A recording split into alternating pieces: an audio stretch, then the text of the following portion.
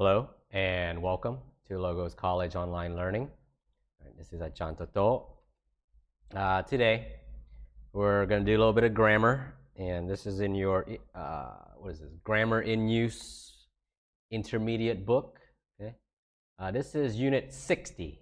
We're going to be doing Unit 60 today. I don't have my book with me, so I don't quite know what page it is. I'm sorry, but I know it's Unit 60. Okay. So let's start by taking a look at this picture. Right? So this picture, it looks like they're having a meeting and they're discussing something. Okay. So when we're at a meeting and someone asks you, what did you discuss? You say things like, we talked about. All right. What did you talk about? All right. We talked about working. We talked about plans for this upcoming term. So the phrase talked about, that's a common phrase used.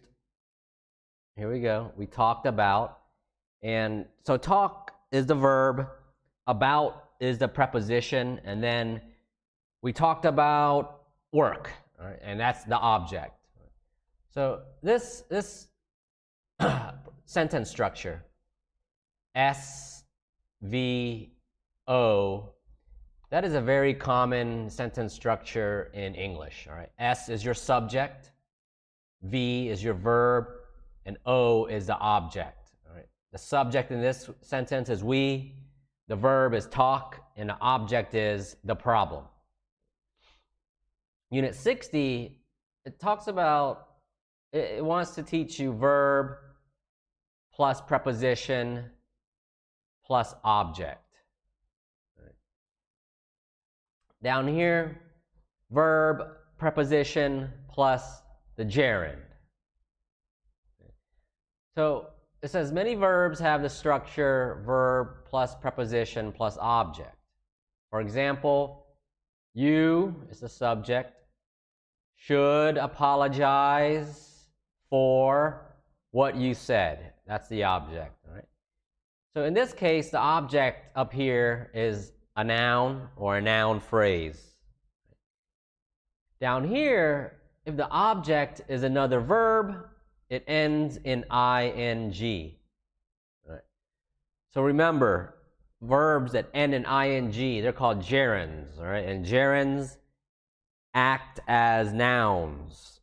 Gerunds act as nouns. Remember that. The object of a sentence often answers questions such as who, what, where, when, why, and how. Right? Let's look up here. We talked about. What did you talk about?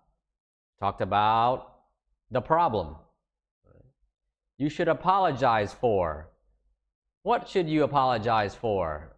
For what you said. Down here. We talked about. What did you talk about? Talked about going to South America. Right? So this is a noun phrase. Your gerund here acts as a noun. Therefore, the object is a noun phrase. Right? You should apologize for not telling the truth. Okay? So if you want to say no, you want to put not, you put it in between the preposition and the gerund. Right? Now remember, SVO. Right. Verb, preposition, object. If the object is another verb, it ends in ing. Here's some more verbs with this same structure. All right. Oops, sorry. The verb, preposition, object structure. Up here, I said rule applies to all verb tenses. All right, so if this verb is in the past tense, is in present continuous, present perfect, past continuous, past perfect, future, whatever, this same rule applies. All right, if the verb is the object after the preposition, it must end in ing. It must be the gerund. Look at this first one. Succeed. Succeed in. Right? So in here is your preposition. Succeed is your verb. Succeed in is a very common phrase that you say. All right. If you see the verb succeed, usually it's followed by the preposition in. Have you succeeded in finding a job yet? So what does it mean to succeed? The noun success comes from the same word. Right? To succeed means to achieve, to complete, to have done it, to have been able to do it. Like finished, right? Succeeded. Insist on. Right? They insisted on paying for dinner. Okay? So to insist is, how to explain it? It's I got a picture. All right, to insist. All right. So this guy over here says, no, we're going this way. And this guy over here says, no, we're going this way. Right? So to insist on something, it means you really want somebody to do it your way. Here, they insisted on paying for dinner. So they wanted to pay for dinner. They said, no, let me pay. Let me pay. I'll pay this time. Right? So that means they insisted on paying for dinner. Next one, think of. Yeah, so when think, the verb think is common to be followed by the preposition of. I'm thinking of buying a house. Okay. Notice right here, this verb tense is in present continuous, and it doesn't matter what verb tense it is. Right? If the object following the preposition is a verb, you must use the gerund. I'm thinking of buying a house. I wouldn't dream of asking them for money. That means you would probably never do it. You'd never think of doing it. Approve of. He doesn't approve of swearing. Notice when you want to say a negative. To say negative in English, we use the verb do. We say do not or does not. He does not approve of swearing. Right? To approve of something means you agree with it. So he doesn't agree with swearing. He doesn't approve of swearing. He doesn't like to do it. Next one, we have decided against moving to Chicago.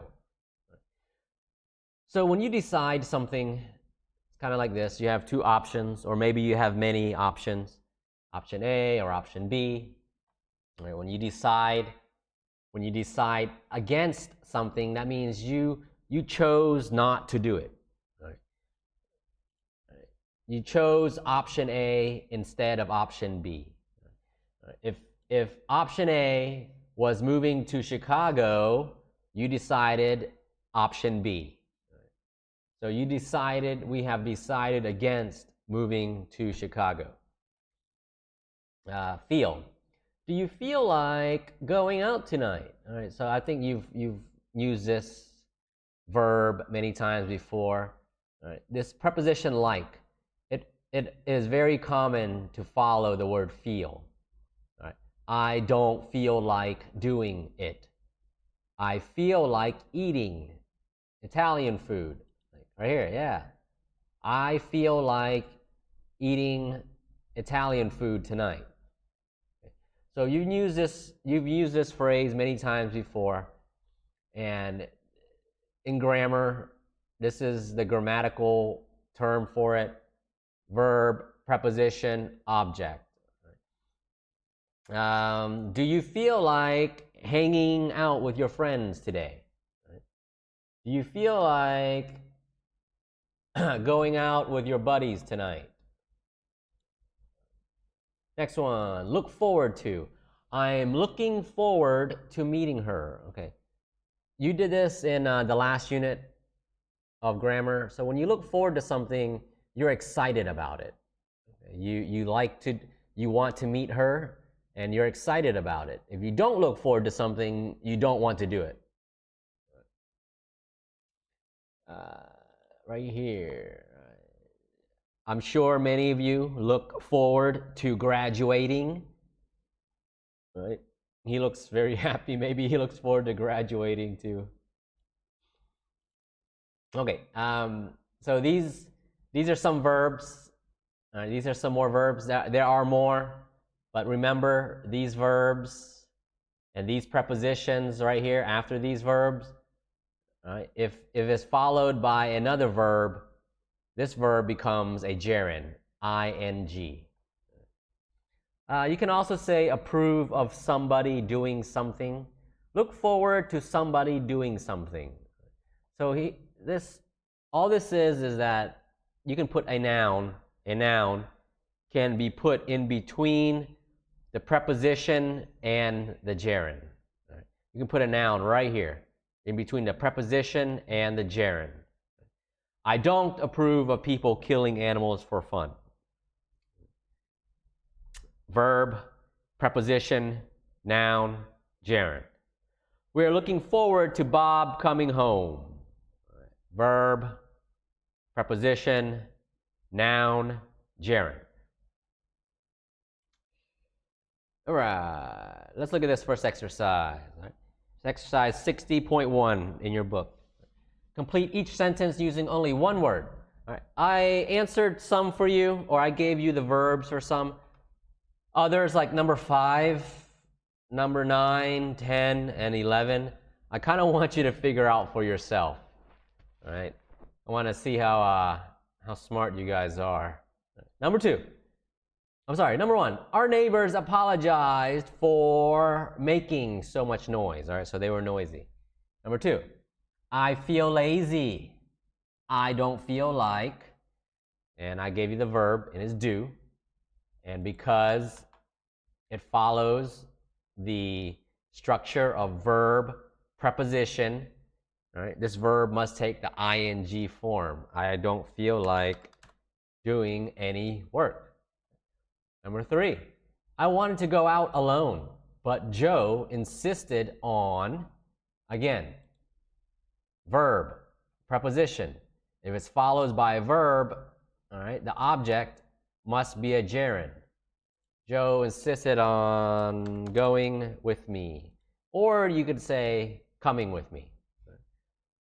I'm going to let you finish 4, 5, 6, 7, 8, 9, 10, and 11 for homework.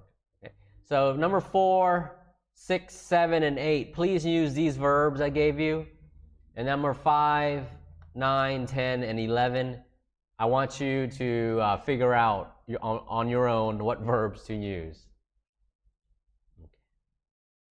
All right, down here, 60.2 says complete each sentence using a preposition plus one of the following verbs in the correct form. Okay.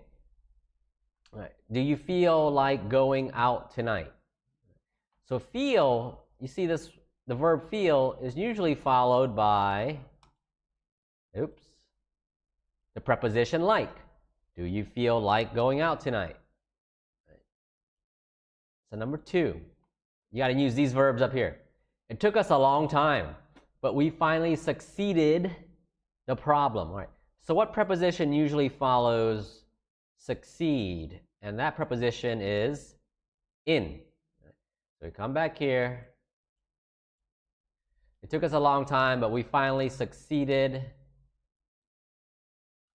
in problems you solve. You solve problems. We finally succeeded in solving the problem. All right. Number 3, I've always dreamed. All right. What usually follows dream? And I think it's of. There it is. Of. Preposition of. I've always dreamed of in a small house by the sea. What do you do with the house? You live. Always dreamed of living in a small house by the sea. Okay? So I'm going to finish. So I'll let you finish that for, what is this? Let you finish that for homework. We used solve already, and we use live. Okay, I'm going to send that home for homework. All right. So things to remember with this video. I'm going to cut it. I'm going to end it right there. SVO is a very common sentence structure. All right.